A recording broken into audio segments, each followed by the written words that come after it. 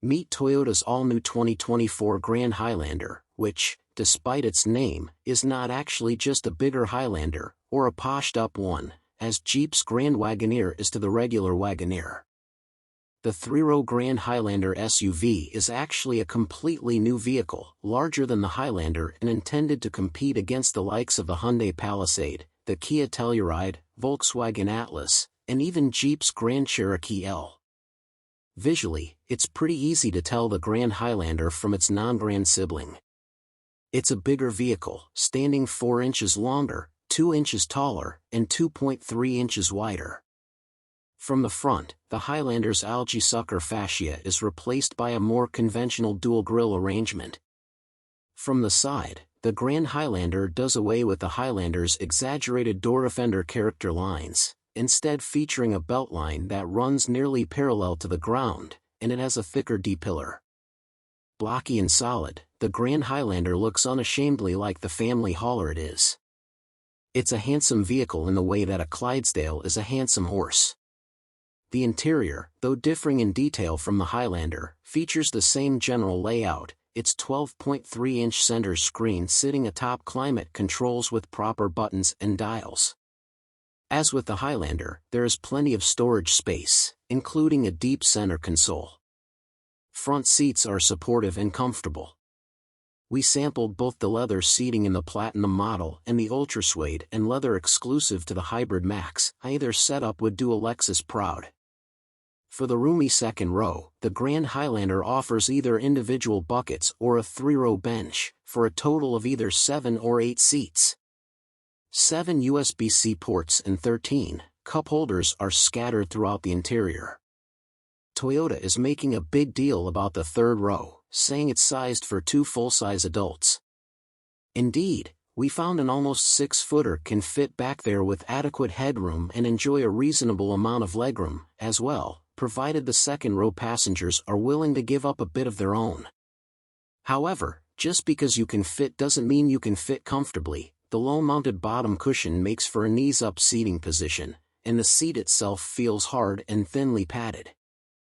The amenities are there. Each third-row occupant gets their own USB-C port and twin cup holder that doubles as tablet stowage, and a well-positioned grab handle makes ingress easy. Unfortunately, as soon as you're in the third row, you might well want out again. One chief advantage of an SUV of this size is the ability to carry cargo with all seats occupied. The Grand Highlander offers 20.6 cubic feet of cargo space with the third row in place, and its shape will accommodate bulky suitcases. With all seats down, the Grand Highlander offers 97.5 cubic feet of freight volume.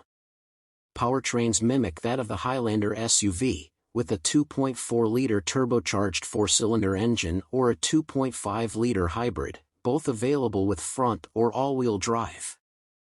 Horsepower numbers are still under wraps, but these powertrains develop 265 and 243 horsepower, respectively, in the Highlander. In addition, the Grand Highlander offers a Hybrid Max powertrain, similar to the one in the 2023 Crown, which employs a 2.4-liter turbocharged engine boosted by an electric motor, plus a second motor to drive the rear axle. Toyota did give us a horsepower number for this powertrain, 362 for the whole system. Toyota anticipates a 0 to 60 time of 6.3 seconds for the Hybrid Max and a tow rating of 5,000 pounds. As with all of Toyota's latest offerings, you can expect no shortage of safety, driver assistance, and infotainment technology. For the former, the Grand Highlander gets Toyota's Safety Sense 3.0 package with dynamic cruise control, collision detection with automatic braking, road sign recognition, and lane keeping assistance. The stereo is Apple CarPlay and Android Auto compatible, pairs 2 Bluetooth phones, and offers subscription-based 4G internet connectivity with an integral Wi-Fi hotspot. Toyota will offer the Grand Highlander in XLE, Limited, and Platinum trim, no lowly LE, or Sporty Southeast model here.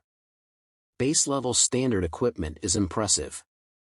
It includes 18-inch alloy wheels, full leather seats, power-adjustable and heated up front, and a power tailgate, and higher models up the finery, including genuine leather and a panoramic moonroof. Pricing hasn't been announced. We should hear more this spring, but competitors start in the mid to high 30s, and we expect the Grand Highlander will be at the higher end of that range. While the name situation is a bit confusing, we understand Toyota's decision. A new nameplate is expensive to launch, and it takes time for potential buyers to build an association. Just look at the slow sales growth of Toyota's competent Venza SUV. The Highlander name is already associated with family-friendly motoring, and our first walk-around tells us the Grand Highlander is about as family-friendly as a Toyota SUV can get. The third-row seat might not be as practical an addition as Toyota implies, but there's plenty of room for a growing family and friends.